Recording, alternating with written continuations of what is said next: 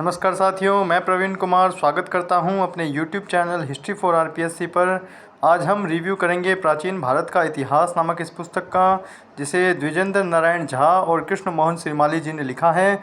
यह पुस्तक हिंदी माध्यम कार्यान्वयन निदेशालय दिल्ली विश्वविद्यालय से प्रकाशित होती है।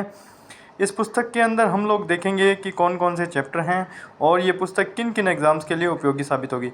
इससे पहले भी हमने काफ़ी पुस्तकों के रिव्यू किए हैं, जिसमें आप हमारे YouTube चैनल पर जाकर देख सकते हैं। अब मैं आपको इसकी विषय सूची दिखाता हूँ कि इसकी विषय सूची में कौन कौन से चैप्टर हैं। आप देख सकते हैं कि प्राचीन भारत की भौगोलिक पृष्ठभूमि, प्राचीन भारतीय इतिहास के स्रोत, प्रागैतिहासिक पुरातत्व, आद्य इतिहास। अब एक चीज़ इसमें आप नई देखने को आपको मिलेगी कि भी इसमें हर एक चैप्टर को अलग अलग व्यक्ति ने लिखा है। जैसे प्राचीन भारतीय इतिहास के स्रोत को ओम प्रकाश ये जो है इन्होंने लिखा है। प्रागैतिहासिक पुरातत्व को दिव्येंदु कांतु भट्टाचार्य ने लिखा। आद्य इतिहास को दिलीप कुमार चक्रवर्ती ने लिखा। ऐसे ही आगे हैं। आप देखिए, इसमें मौर्य काल को श्री हरिशंकर कोटियाल ने लिखा। मौर्योत्तर काल को लक्ष्मी श्रीवास्तव ने लिखा। सुदूर दक्षिण में प्रारंभिक इतिहास की रूपरेखा गोविंद प्रसाद उपाध्याय ने लिखा।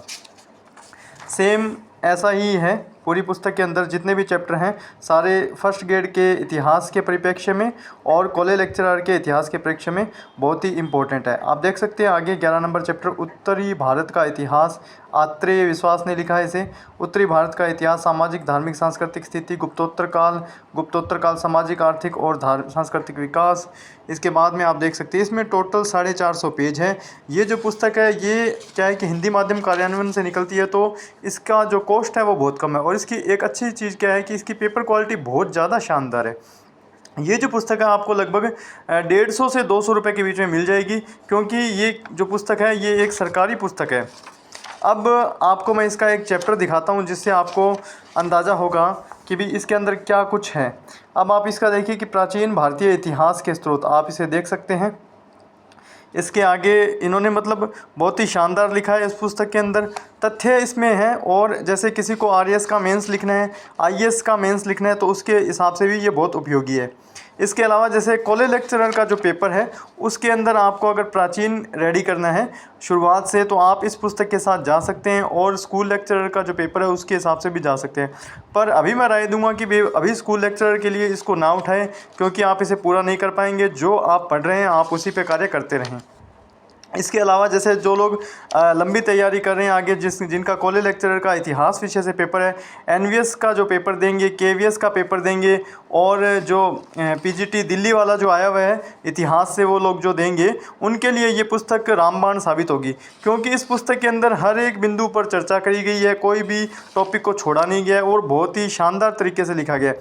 और सबसे बड़ी बात है कि इसे कहानी की तरह बनाया गया है, जिससे आपको बहुत ही अच्छे से समझ आ जाएगा।